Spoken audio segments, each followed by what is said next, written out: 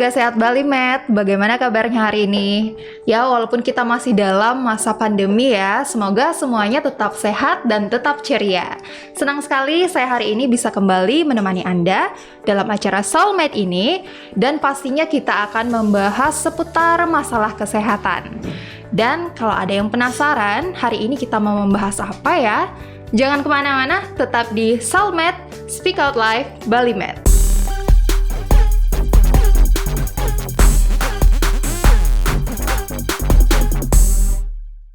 Kembali lagi di Soulmate Speak Out Live Bali Med. Nah, hari ini kita akan membahas topik tentang mitos dan fakta seputar penyakit hipertensi. Dan untuk itu, hari ini saya sudah ditemani oleh seorang narasumber. Beliau adalah salah satu dokter spesialis di Rumah Sakit Bali Med Tenggara ini.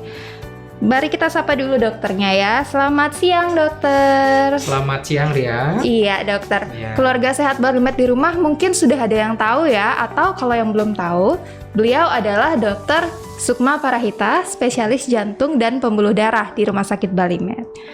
Iya dokter, jadi ini podcast kedua kita ya dok? Iya. Ya, kita masih mau bahas tentang serba-serbi kesehatan. Dan untuk hari ini, seperti yang saya sudah bilang tadi, kita membahas khususnya tentang mitos dan fakta terkait penyakit hipertensi. Ya, keluarga sehat Bali Med, sebelum kita lebih jauh lagi membahas tentang penyakit hipertensi, mungkin ada baiknya dokter memberikan gambaran awal dulu ya dok terkait penyakit hipertensi ini. Ya, silakan dokter waktunya. Terima kasih Ria. Sekali lagi selamat siang kepada seluruh masyarakat Jemberane dan semua keluarga sehat Bali Med. Salam sehat bersama Bali Med. Ya, hari ini saya terima kasih banyak telah diberikan kesempatan sekali lagi untuk hadir di podcast ini.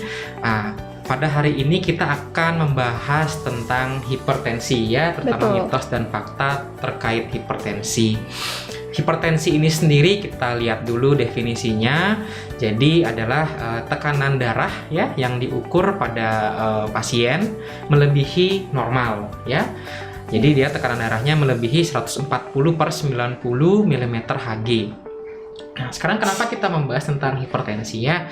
Ini adalah dalam rangka memperingati Hari Hipertensi Sedunia atau World Hypertension Day tanggal 17 Mei. Kita tahu dari data terakhir kasus hipertensi masih banyak sekali Ria. Ya, kalau kita lihat di Indonesia itu sekitar 25% dari seluruh masyarakat di atas 18 tahun itu ternyata memiliki hipertensi. Jadi seperempatnya. Ya, dan dari seperempat nilai 25% ini 35%-nya itu tidak mengetahui kalau dia memiliki hipertensi. Jadi ketemunya seperti insidental, seperti itu. Jadi mari kita bahas tentang hipertensi ini, bagaimana cara penanggulangannya supaya kita terhindar dari resiko-resiko hipertensi. Ya, baik. Jadi itu tadi gambaran awal tentang penyakit hipertensi itu sendiri ya, dokter. Kemudian di sini kita sudah merangkum beberapa anggapan, dok, atau pemikiran yang sering beredar di masyarakat terkait penyakit hipertensi ini. Nah, yang pertama itu tentang apakah penyakit hipertensi ini sifatnya keturunan. Apakah betul seperti itu, dok? Kalau misalkan orang tua saya hipertensi, otomatis saya hipertensi, kemudian menurunkan ke anak saya gitu. Apakah betul seperti itu, dok? Ya, sebenarnya hipertensi itu tidak menurun secara pasti ya lewat genetik ya, tetapi kalau orang tuanya memiliki hipertensi, ada peningkatan risiko anaknya bisa terkena hipertensi juga. Nah, kasus ini lebih terlihat pada kasus-kasus yang mengalami hipertensi di bawah usia 40 tahun.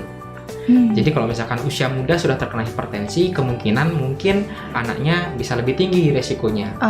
Walaupun itu bisa dicegah juga. Jadi kalau misalkan kita memiliki resiko keluarga yang hipertensi, kita bisa yang pertama itu adalah mengurangi konsumsi garam ya, dengan kira-kira batas maksimalnya 1 sendok teh per hari ya, 5 gram. Kemudian yang kedua itu adalah aktivitas yang teratur ya, sekitar 3-5 kali per minggu ya aktivitasnya, tiap 30 menit kira-kira durasinya. Kemudian makan makanan dengan gizi yang seimbang, kurangi rokok, alkohol, ya, dan juga pengecekan tensi secara berkala seperti itu. Perbaikan pola hidup berarti, dok ya? Perbaikan pola hidup. Baik.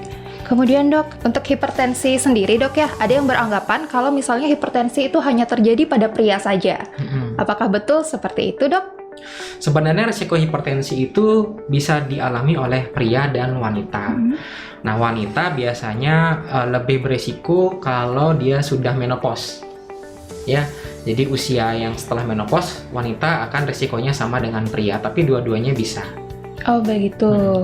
Wanita yang sudah menopause lebih rentan untuk terkena hipertensi. Ya, baik-baik. Jadi keluarga sehat Balimed yang menonton nantinya juga bisa mengedukasi kerabat atau keluarga lainnya ya terkait penyakit hipertensi ini, supaya nanti tidak salah memberikan pengertian ke orang lain juga ya, betul dok? Iya. Ya, untuk selanjutnya dok, kita mau bahas tentang gejala-gejalanya penyakit hipertensi ini. Apakah seperti yang tadi dokter bilang ya, apakah memang menimbulkan gejala atau tidak? Misalnya nih dok, kan kita kalau di orang tua itu sering dibilang aduh sakit kepala atau susah tidur, suka kita simpulkan jangan-jangan itu hipertensi. Atau orang yang suka marah-marah, nah itu dibilang tensinya tinggi nih. Apakah betul memang seperti itu dok? Mohon penjelasannya dok ya. Malah sebagian besar kasus-kasus hipertensi itu tanpa gejala. Makanya hipertensi itu kita sebut sebagai the silent killer. Jadi dia muncul tanpa gejala dan baru menimbulkan gejala biasanya saat hipertensi itu sudah lama terjadinya, sudah ada gangguan-gangguan yang ditimbulkan di organ-organ. Misalkan pada organ otak timbulnya stroke, ya. Itu biasanya baru muncul, baru ketahuan dia punya hipertensi setelah ada komplikasi. Kalau di jantung itu adalah serangan jantung atau gagal jantung ya, ada keluhan nyeri dada atau sesak nafas. Setelah diperiksa baru ketahuan adanya hipertensi. Nah, di ginjal juga sama, mungkin kondisi-kondisi penurunan fungsi ginjal itu juga salah satu faktor risikonya adalah hipertensi. Biasanya hipertensi itu tanpa gejala kecuali tensinya itu terlalu tinggi atau terlalu rendah ya. Jadi kalau dia terlalu rendah bisa muncul gejala seperti lemas, keringat dingin. Kalau terlalu tinggi itu bisa muncul gejala seperti sakit kepala, yang tadi sakit kepala atau lehernya terasa kaku ya. Nah, kalau bisa jangan sampai kita jatuh ke dalam kondisi itu ya. Kita harus terapi atau kita harus perbaiki pola hidupnya kalau bisa sebelum munculnya gejala. Berarti gejala sakit kepala itu memang perlu diwaspadai juga dok? Perlu diwaspadai. Kalau yang dibilang marah-marah itu dok gimana dok? Nah, kalau marah-marah itu ya, kalau setiap kita marah, jadi ada respon tubuh ya. Respon tubuh saat kita marah pasti kita berdebar. Iya. Ya. Jadi itu salah satu respon tubuh yang alami muncul setiap kita marah. Biasanya tensi kita juga naik. Mengikuti ya. Tapi sama seperti berolahraga juga ya. Kalau kita berolahraga, tensi kita normalnya akan naik. Tetapi pada kasus-kasus yang normal, orang-orang normal, dia akan kembali tensinya menjadi normal setelah selesai. Jadi kalau misalkan kita sudah tenang kembali atau kita sudah istirahat, tensinya akan kembali normal. Tapi kalau pada kasus hipertensi, dia akan tetap tinggi. Tetap tinggi tensinya. Walaupun sudah tidak marah. Jadi seperti itu ya dok gejala-gejalanya. Agak horor juga ya istilahnya dok ya, the silent killer untuk penyakit hipertensi ini. Kita sengaja buat istilah yang agak berat karena orang cenderung dia men-underestimate hipertensi. Dianggap enteng. Dianggap enteng, ya. Baik. Padahal penyakit ini kalau sudah berdampak ke depan itu cukup berbahaya juga ya dok ya. Komplikasinya yang berbahaya. Iya betul. Baik, seperti itu ya keluarga sehat Balimed di rumah dimanapun berada yang sedang menonton podcast kita kali ini. Misalkan ada yang mau berkomentar, berpartisipasi, memberikan pertanyaan atau komentar-komentar lain, mungkin bisa ditulis di kolom komentar yang sudah tersedia. Baik dokter, sebelum kita lanjut lagi, mungkin kita bisa rehat dulu ya dok ya. Jangan kemana-mana, keluarga sehat Balimed, kita simak dulu yang mau lewat satu ini.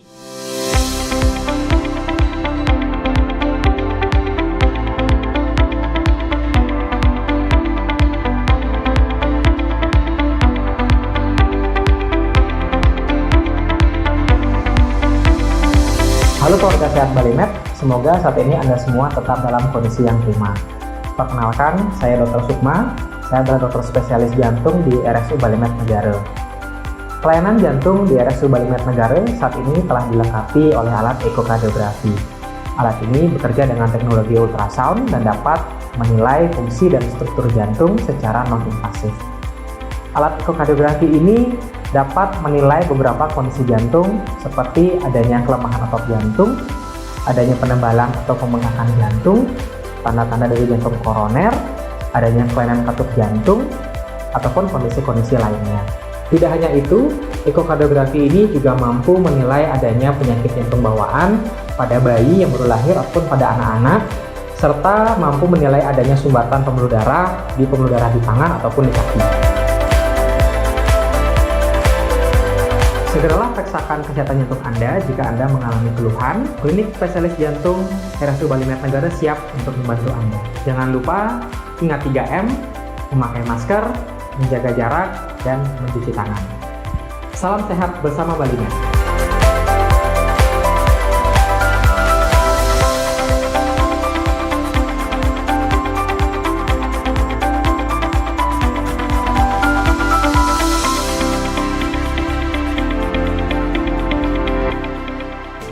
Kembali lagi di Soulmate Speak Out Live Balimet. Masih bersama dengan Dr. Sukma Parahita, spesialis jantung dan pembuluh darah. Masih semangat, Dok?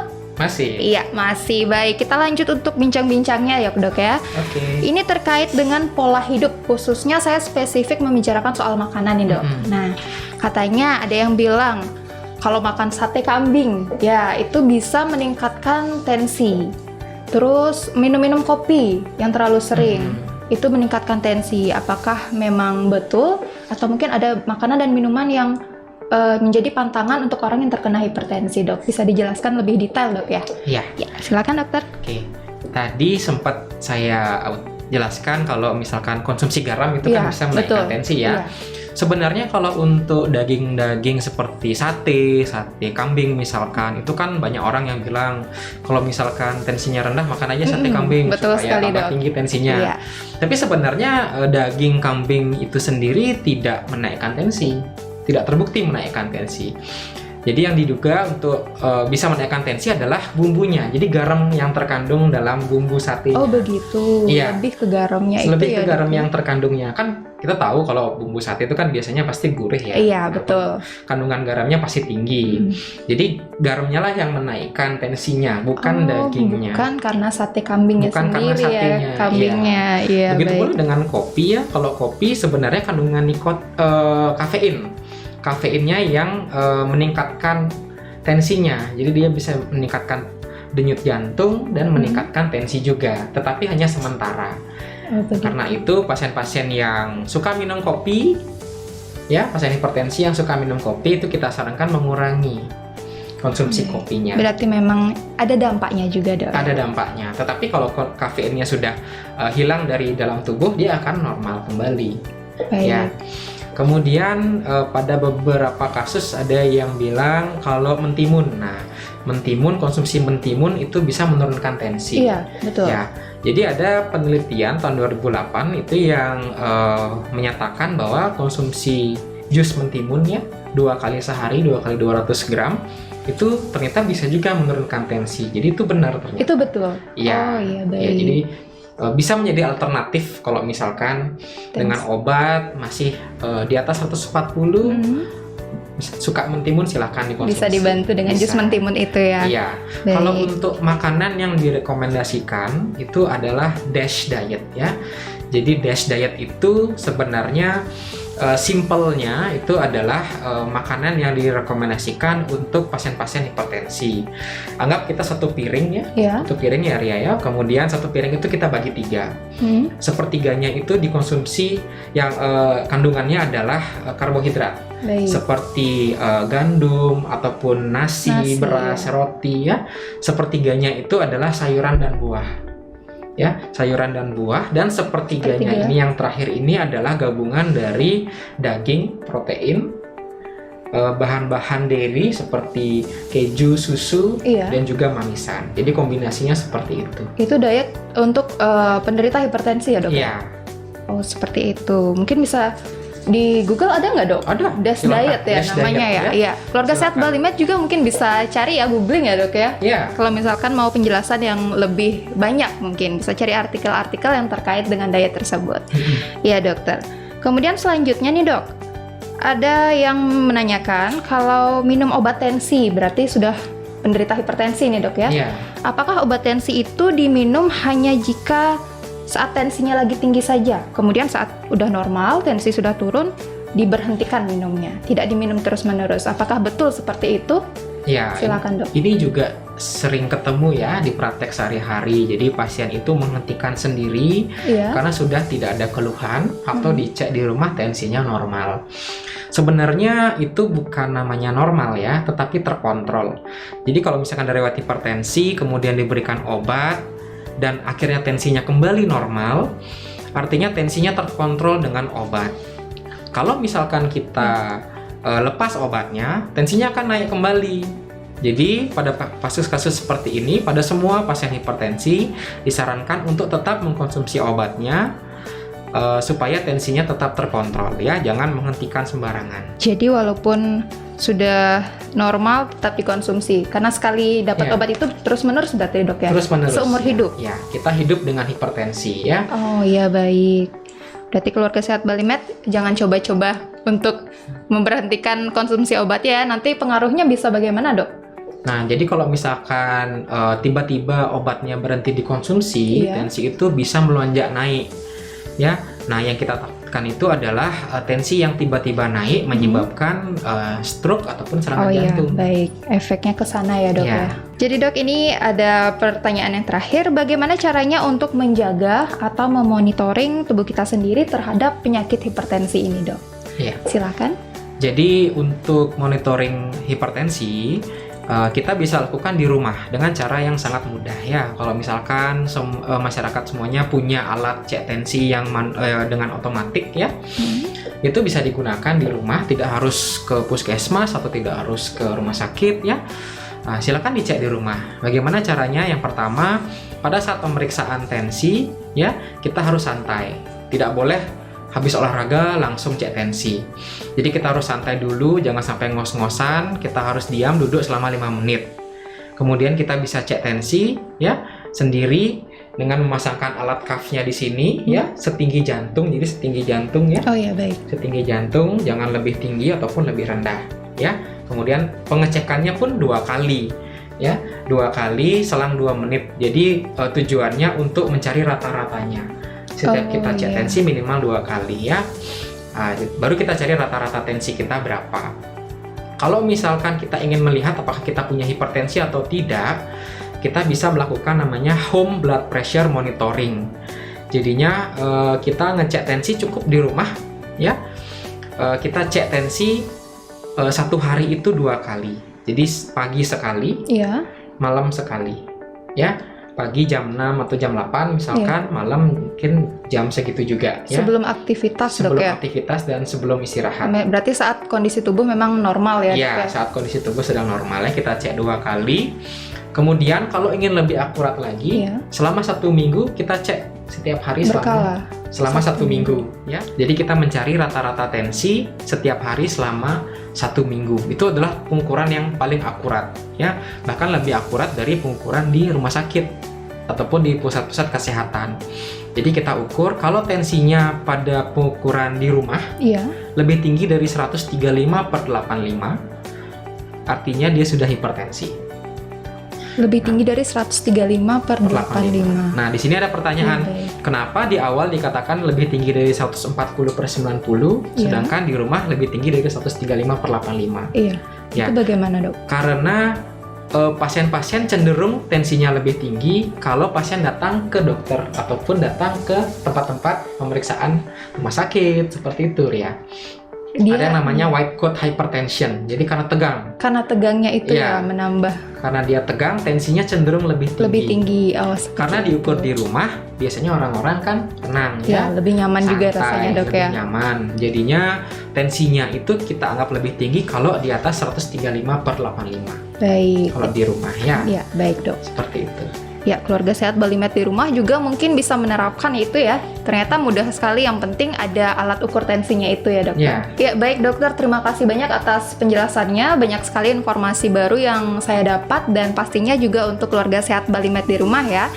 Informasinya semoga bisa disalurkan juga untuk kerabat dan keluarga terdekat, supaya tidak ada salah pengertian lagi terkait penyakit hipertensi ini. Betul dok? Iya. Iya. Dan akhirnya kita sudah sampai di penghujung acara untuk hari ini. Terima kasih untuk Anda semuanya yang sudah mendengarkan dan menonton acara podcast kita hari ini. Dan yang sudah memberikan komentar atau pertanyaan, terima kasih banyak atas partisipasinya. Sampai jumpa lagi di podcast Soulmate kita selanjutnya dengan dokter-dokter dari Rumah Sakit Balimed Negara dan tentunya dengan tema-tema lain yang tidak kalah menarik. Saya Ria Wondal dan Dr. Sukma Parahita beserta seluruh tim yang bertugas tidak lupa mengucapkan Selamat Hari Hipertensi Sedunia. Salam sehat bersama Balimed.